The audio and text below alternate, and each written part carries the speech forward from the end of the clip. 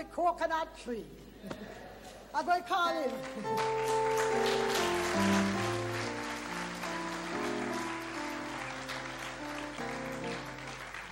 It's 36 years we're married this year.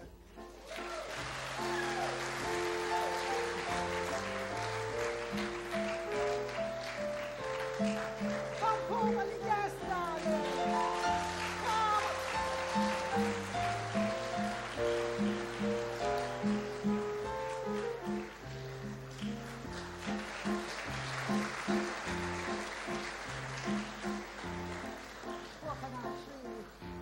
You're going to expose me. No, dear. It was under the coconut tree, darling. Under the coconut tree, darling. You promised to marry to me, darling. It was under the coconut tree. It was under the coconut tree, darling. Under the coconut tree, darling. It is there that you gave me your love, darling. It was under the coconut tree. It was under the coconut tree, darling. It was there you took my coat from me, darling, and promised to marry to me, darling. It was under the coconut tree. Are you sorry you gave it to me, darling? Do you want to take it back from me, darling? I'll gladly return it to you, darling, underneath that same coconut. The coconut tree, darling. Let's go under the coconut tree, darling. Let's go under the coconut tree, darling. Let's go under the coconut tree, darling.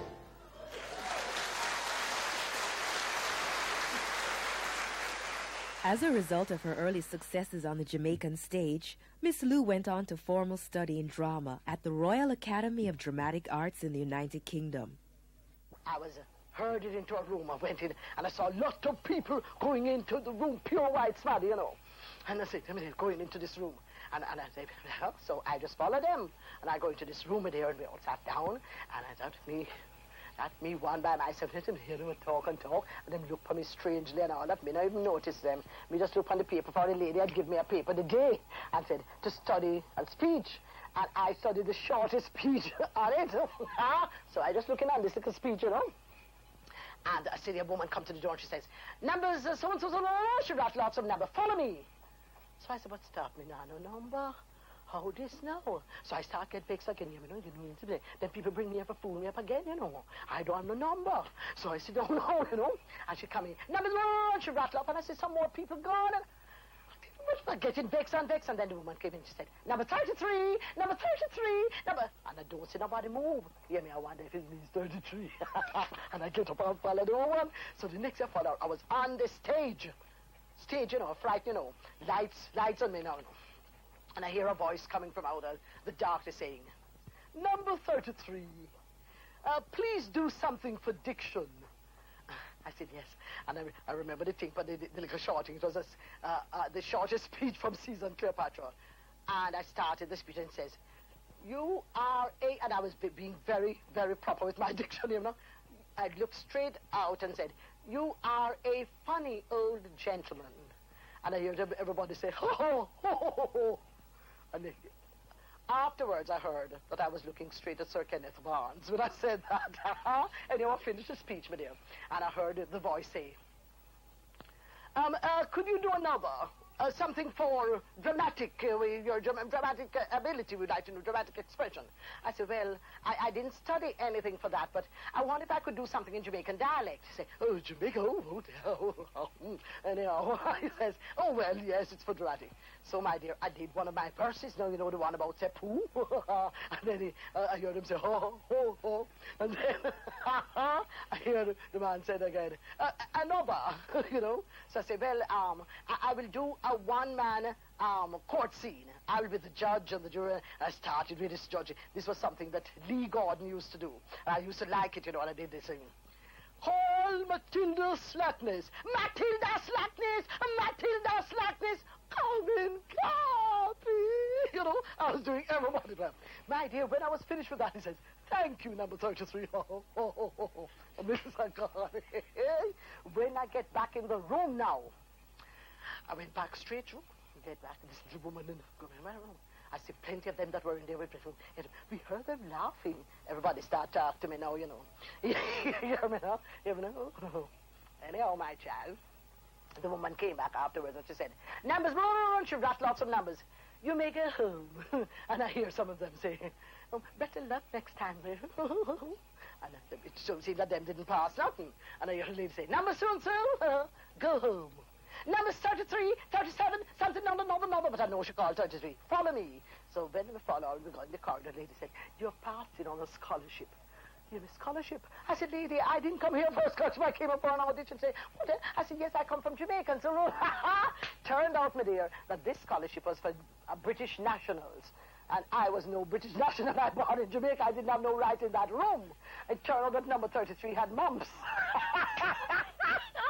While at school in London, Miss Lou hosted a weekly BBC program called Caribbean Carnival, designed specially for broadcast to audiences from the Caribbean.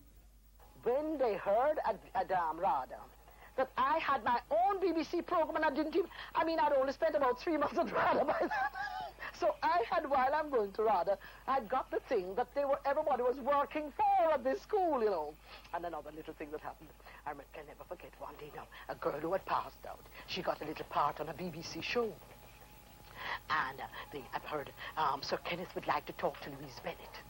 And one big thing when Sir Kenneth wants to talk to you, my dear, so this that, and they put me in an elevator and send me to her, and I go to Sir Kenneth and he says to me, one of our students would like you to help her with the West Indian accent, from your part of the country, of the world, So I said, yes. He said, so this girl came and she said, well, she has got a part in a play and she has to play a Mexican girl. I said, Mexican girl? I said, but I'm from Jamaica. So said Sir Kenneth, oh, but it's around there.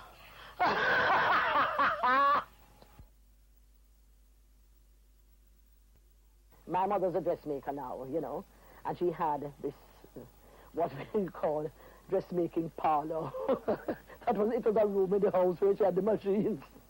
And there were always some girls learning to sew, But in this dressmaking parlor, my dear, which was a room, everybody, my mother sewed for everybody. Just everybody. And the nice thing about everybody was a lady. The ladies were coming, And there was the food lady. And there was the coal lady. And the hominy lady. And the fish lady. And the store lady. There's a lady who was she's selling store. And then the storekeeper lady. And then there was the governor lady. It went to the stage where she was all sewing for governors' wives and things like that, and they would and the thing that struck me as a child is that all these people would meet in this place. And Cynthia, the one strong bond between everybody there was the language they spoke. Some would come in very primsy and so, and after a few minutes, everybody was talking the same language. And this was the Jamaican thing, These everyday experiences later became the vehicle for hilarious pantomimes, such as Queenie's Daughter with Lois Kelly Miller. Magnificat! Priscilla! Madame Serena, a lady out there to see you, ma'am. What lady? Is she an appointment? No, ma'am, but she said she don't need one, ma'am. Because you and she's Passero. Passero? Never heard the word. Friend. Friend. Passero means friend. And she said she wanted to build a frock fairer because she got a desperate ace. Well, as you know, I work only by appointment. And ace or no ace, modern has to make one.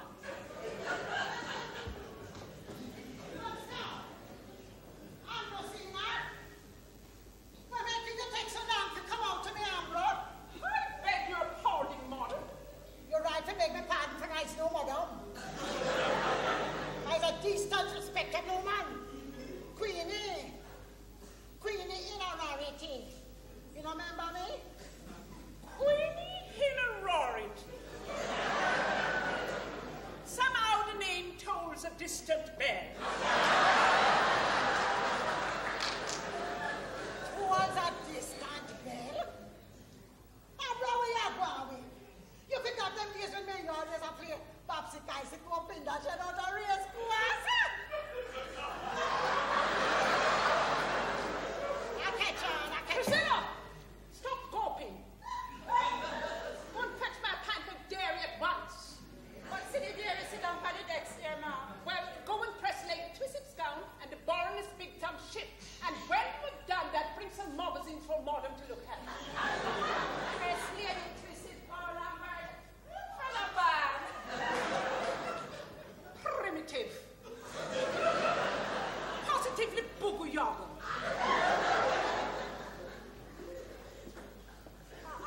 Bro, you don't understand me I'm going with you. Me not understand me I'm going with you. First you change your name from Ambrosina to Serena. I know you're going like you don't even remember me. Of course I remember you, Queen. But I just didn't want you to Romulus before the girl, you know. You don't know how feisty and ferocious these people hard at work should do, you know. They loves to heave up themselves, and I just asked to put them in their place. If they ever know that I born and grew up in Boller Lane with you, I'd never be able to hold up my head again. So that's why I was incognito to you.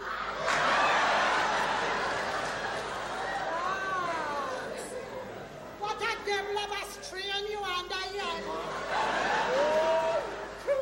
You see me here? I'm a living dichotomy. But it is worth it, my dear, because I'm very successful in my dressmaking saloon, you know.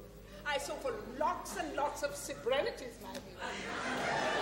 Cibrelities? That sounds like a bad sickness. But of course, you wouldn't understand the meaning of those words. But in my work, you know, I asked to use a little foreign language. Market. I don't understand the meaning of some of the words, them, you know. But I just drop a few here and there. Make them know that I can use them to comprendre-vous you? Lord, Ambrose, I'm glad to see how you get up in the world, you see. When I remember them days when me and you used to box about them, Let sleeping dogs die.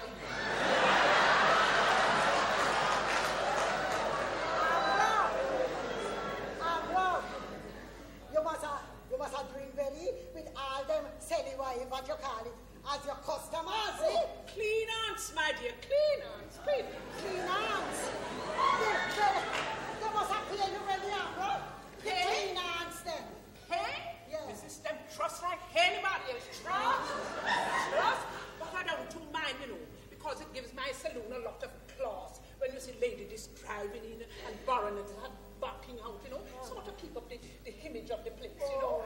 Well, listen, Queen, what can I do for you? Because I have a very, very busy day ahead. Lady Chatham is coming for a fitting, and she's very, very fussy, very, very highly strung. She's sort of doodle-fetic, you know. She gets motor agitated. Yes. Ambrose, I want you to build a flax thing. You remember my daughter, Maria? Yes, I sort of reclaim her, yes. Well, Maria coming out from England for a day. One Solomon today? One day. And Mr. Roger, at the Jamaica Hotel, he'll give me some rooms for the day. You have got a suit of rooms at the Jamaica Hotel? Oh, Suit of rooms. That's how you call it, Ambrose, suit of rooms. Ambrose, I need your help plenty, you know. always willing to educate the underprivileged. Ambrose, I want you to build a nice frock for me and suit me out for the occasion. Is that so? How will you look for me so far? Well, I'm just sort of taking your infrastructure.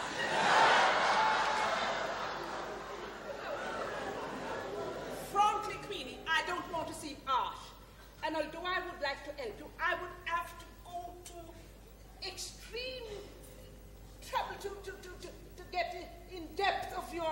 physiognomy. And to tell you the truth, I don't think you would do my saloon any credit at all. Credit? Me no want no credit.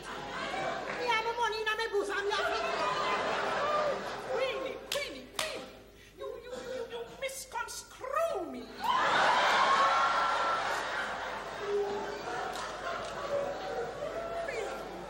When I design anything, I don't just do it for the remuneration, The artist in me has to be satisfied aesthetically. I must feel a simpatico between my clean arts and my work. And I'm afraid there's no report between you and me. Report? I'm not no want no report at all, All me want is a frack. One so dig a frack. A tent would be nearer the truth. I'm wrong. Not take no liberty with me. Well, fox or fox. And you just cannot escalate from that. Oh boy, I'm going to do. Is what I'm going to do.